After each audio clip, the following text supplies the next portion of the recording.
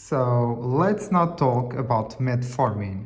So metformin is actually part of the Biguanides class, and basically metformin is quite a good drug, is first line for type 2 diabetes, and we'll also see that it's quite an effective, safe and cheap drug, so it's a very good one.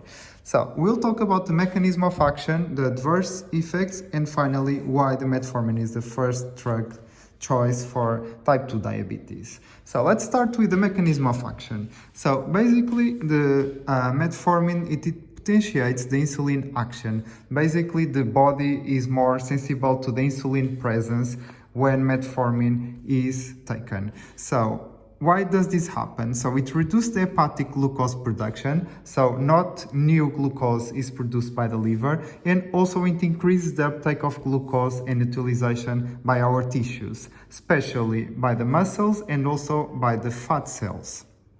And finally, it's thought that it decreases also the gastrointestinal absorption of carbohydrates, so glucose and its derivatives. So as you can see, metformin will act in different parts, in 3 actually. So it's quite a complete drug.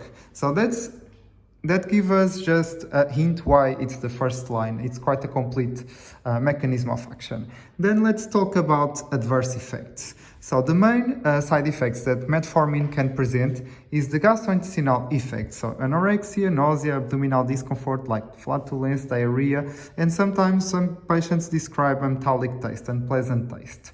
But these side effects, they tend to be usually transient. So basically they are worse at the beginning and tend to get better. So to minimize them, we should start with a low dose. So we can start with 5 milligrams once a day for the first week, then the second week twice a day, and then readjust weekly as needed. And also we should advise the patients to take it with or after food to minimize all these gastrointestinal side effects. Alternatively, for the patients that cannot cope with the side effects, they can try a modified release preparation, because basically it will be slowly released, so the side effects will be less prominent.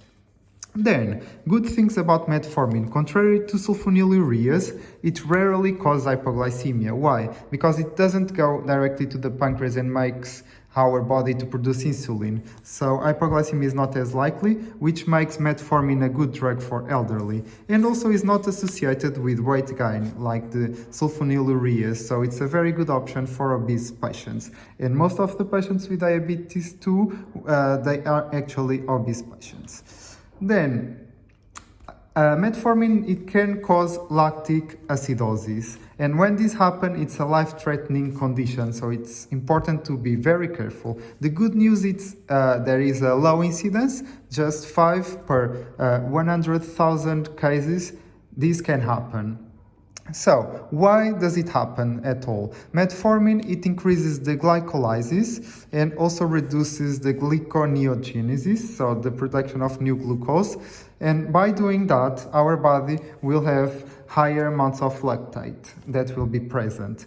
So, patients that can be more at risk of lactic acidosis will be patients with renal insufficiency, because basically the metformin is normally excreted by the kidneys. So if they have insufficiency in their kidneys, then the drug will accumulate. And also in patients with severe hepatic impairment, because basically their liver is not working properly, so they will not be able to metabolize this excess of lactate. And finally, avoid metformin in pregnancy as well. Actually, in pregnancy, the drug that is normally used for diabetes is insulin. And finally, to wrap up this video, why metformin is the first line drug for type 2 diabetes. So the studies have been showing that actually a 10-year study, diabetes-related death reduced by 42% in overweight patients who took metformin. And for the same period of 10 years, it reduced the death by myocardial infarction. So the cardiovascular death was also reduced. So this makes metformin the first choice, especially for overweight patients, because it will reduce the appetite and can decrease the weight as well.